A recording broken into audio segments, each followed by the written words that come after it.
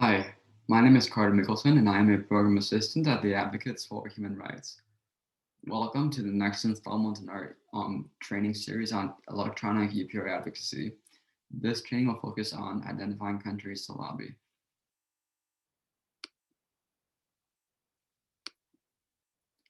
A brief overview of this training. Firstly, I will cover how to select your issues of focus. Next, I will go over identifying countries to target based on past recommendations that they made to your country or the country under review. And next, I will discuss identifying additional countries to target. Um, and throughout this process as well, I'll give some tips and advice on how to sort of best keep track of your or how to best organize the information to make the next stage of this process a bit easier. So selecting issues of focus. It is important to have a clear idea of what your area of focus is because a sort of a clear and well-defined issue area of focus is more readily presented to the international community. With that in mind, it's also important to be mindful of other issues that may not be your primary issue, but are often related to your primary issue. So, for example, if your primary issue is the death penalty, there are often various issues that come along with that. For example, torture, due process, and detention conditions. Um, And if you have found in your investigations that these issues or others are important in your country, in your country, it is also advisable at that stage to also consider lobbying on those issues as well.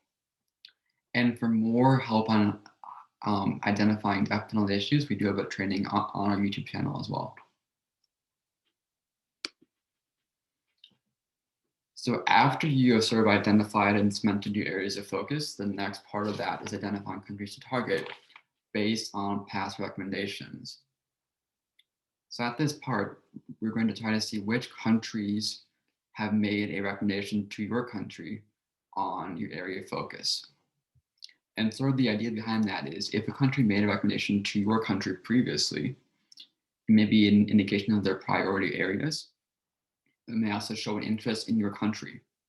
So as a result, it'll be advisable to lobby that country to make recommendations that tie to your issues of focus.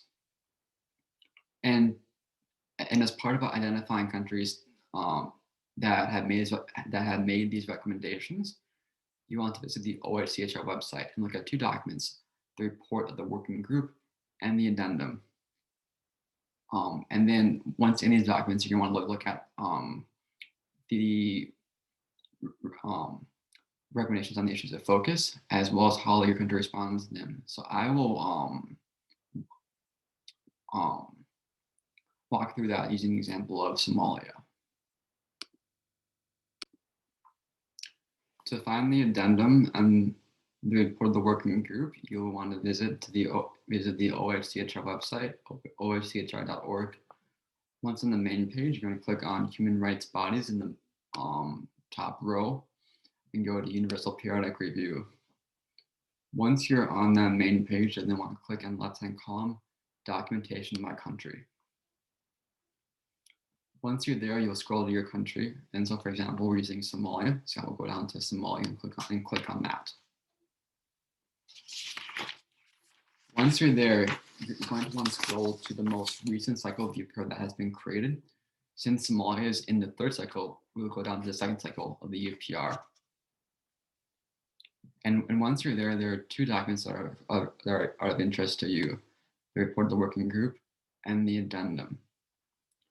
I will first go to the report of the working group and walk through how that is structured.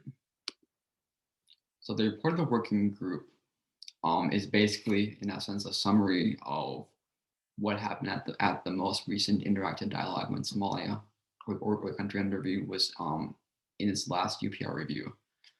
So it starts off with a bit of an overview of Somalia's or the country's presentation to during the most recent interactive dialogue. And then it goes through and lists a bit about sort of general observations by countries that were present at the review. And then lastly, um, the bulk of it lists the recommendations that were made to Somalia, as well as potentially how Somalia responds to some of them. So you'll see in section 2, that is where in bold, it begins to list all the recommendations made to Somalia at the most recent UPR cycle. And it's important to note too that this section is possible that it'll be structured differently depending on the country and depending on the UPR cycle as well. So for example, you'll see in paragraph 135 that it says that the recommendations here enjoy the support of Somalia, which means that Somalia accepted these recommendations. So every recommendation in this cluster, so everything with the 135, is one that Somalia has reviewed and accepted. Then you'll scroll down to paragraph 136, where it says that the following recommendations will be examined by Somalia and will be responded to at a later date. So that means that at this time that this document was published, Somalia had not made a decision as to whether they will accept or no, which means reject these recommendations. And for this part as well, it's important to note that, as I mentioned earlier, that this may be different for other countries. So some may just simply list all the recommendations without giving any indication as to whether they noted or accepted the recommendation, whereas others may also cluster them differently. So they might list some that they accepted, some that they noted, and some that they have yet to respond on. So for this part, it's important to kind of carefully dig through this document and to sort of see how it is structured for your country in particular. And then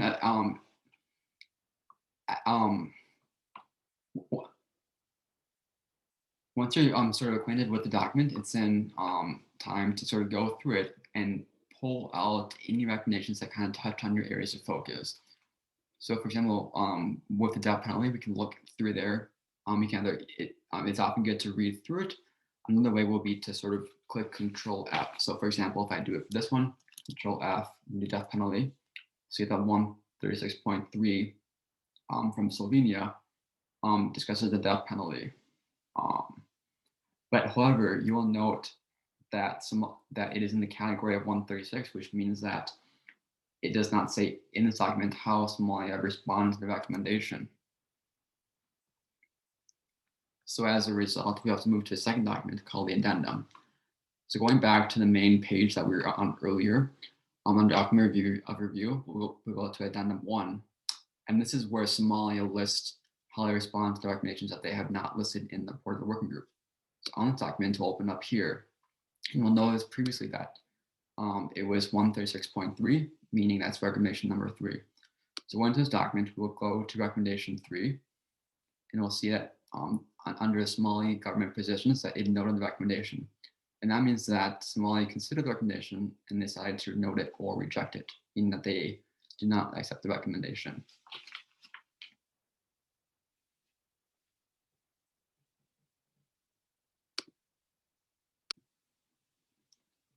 And I want to repeat this process for every recommendation that touches on your issues of focus. So search by death penalty or the second optional protocol to the ICCPR. And if you think torture or detention conditions too are important as well, also look through all those recommendations and know how Somalia responded to them.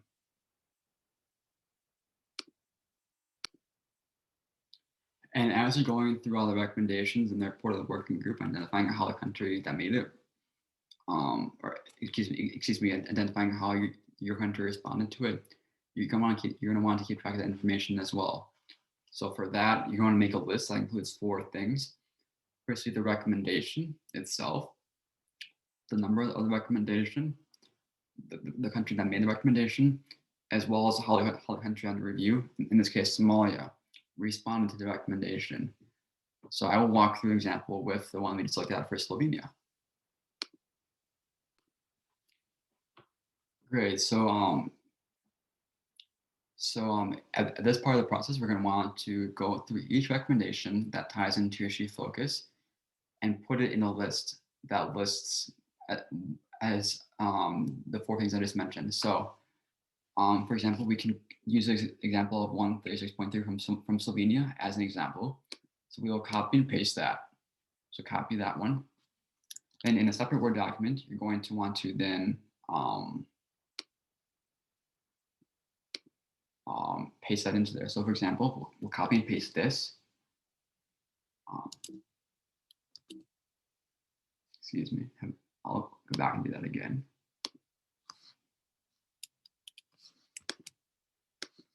Copy, and go into here and paste it. And then, so in here we have the recommendation number, the recommendation itself, and the country that made the recommendation, but we are missing how Somalia responded to it. So as we just did, we went to the addendum and we saw that Somalia noted it. So an easy way to denote that is just put a minus sign after that, which indicates that Somalia noted it. If they were to accept it, you put a plus sign to note that as well. And then you're going to want to repeat that process for every single recommendation that touches on your issues of focus. And it's best to organize this list in alphabetical order. And then after going through all of them, it'll look something like this. So we'll go through, so with every single country in alphabetical order. So if Afghanistan, and they accepted this one. So yeah.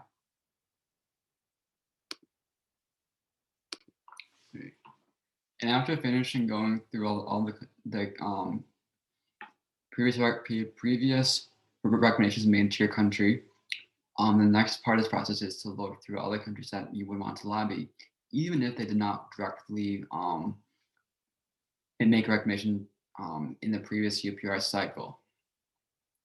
And the reason behind doing this is because even if they didn't directly target your country, if they have them been active in your area. So for example, if a country has made a lot of if a country has historically made many recommendations on your country focus, it could be an indication that that's a priority area. So as a result, you still want to lobby that country. And to do so, you're going to want to visit uprinfo.org, and there you'll find a list of all of the past UPR recommendations. So I will share my screen and walk you through that process.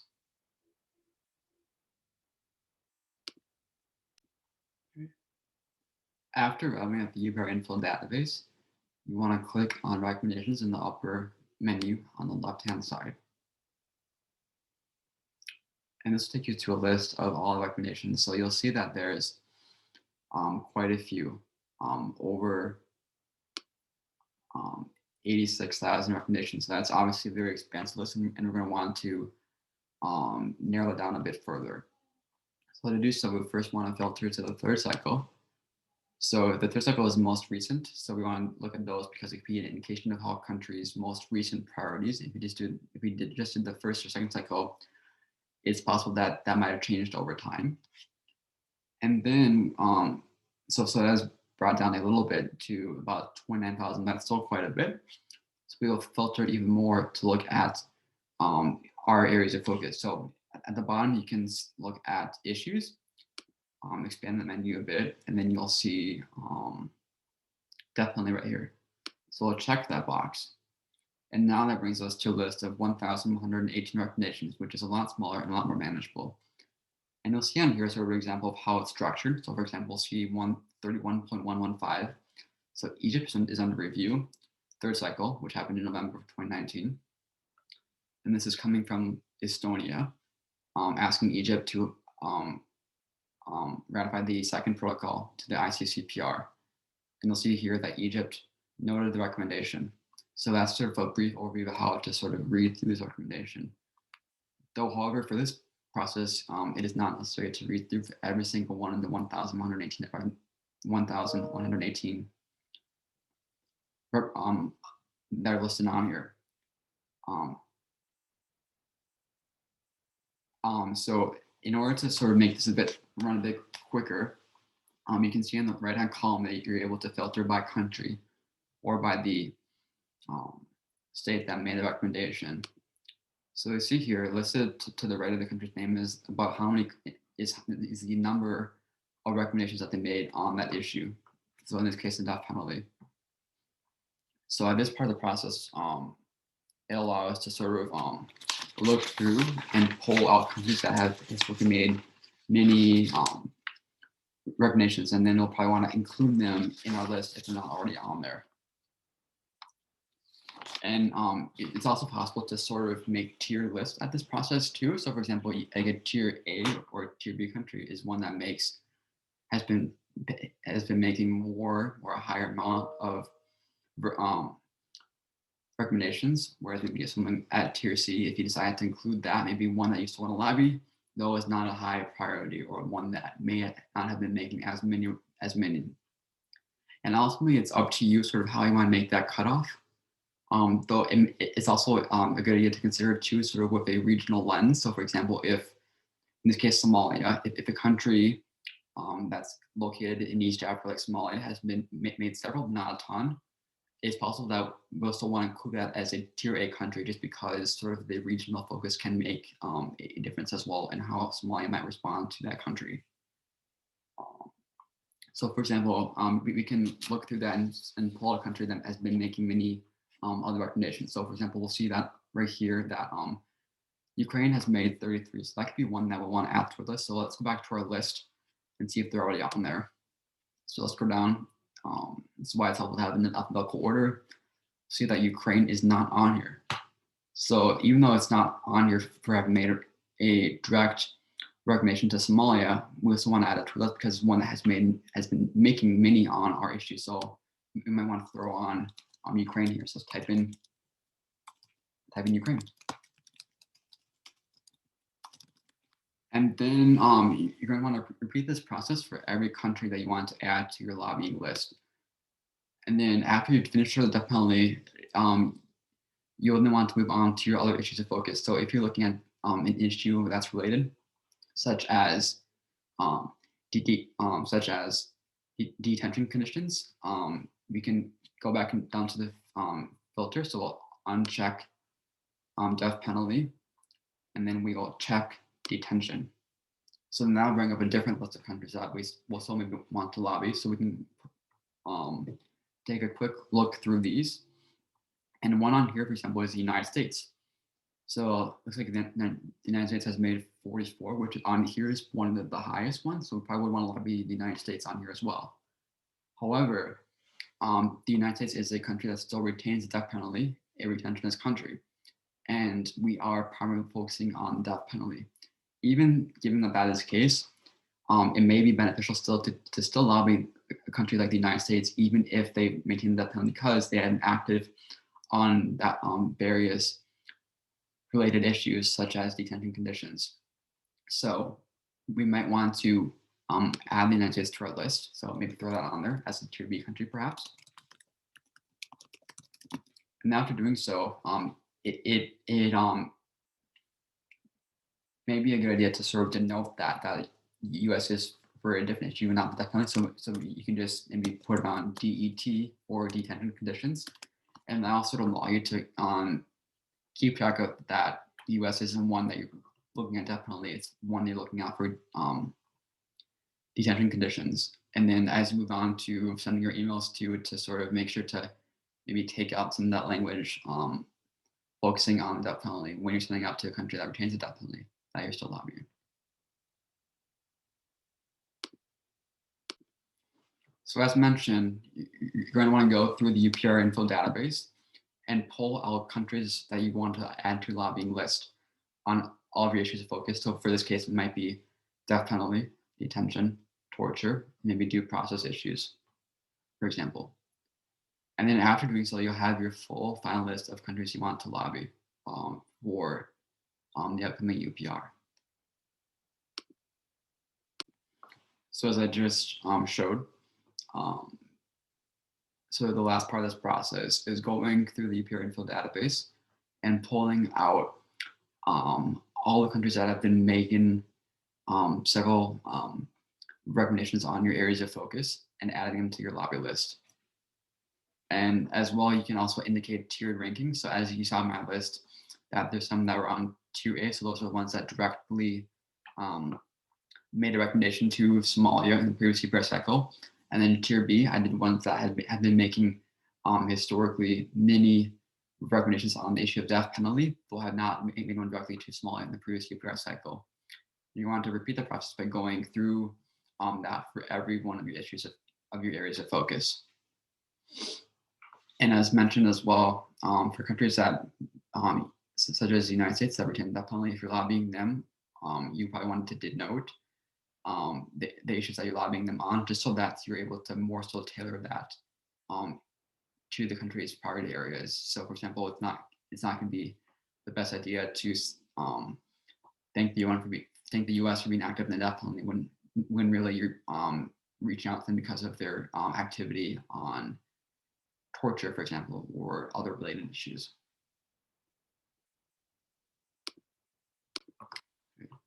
And that concludes this portion of the training. The next portion of this training will focus on discussing how to write a one-pager. If you have any questions, feel free to contact us at hwrites@advrights.org. Thank you for your time.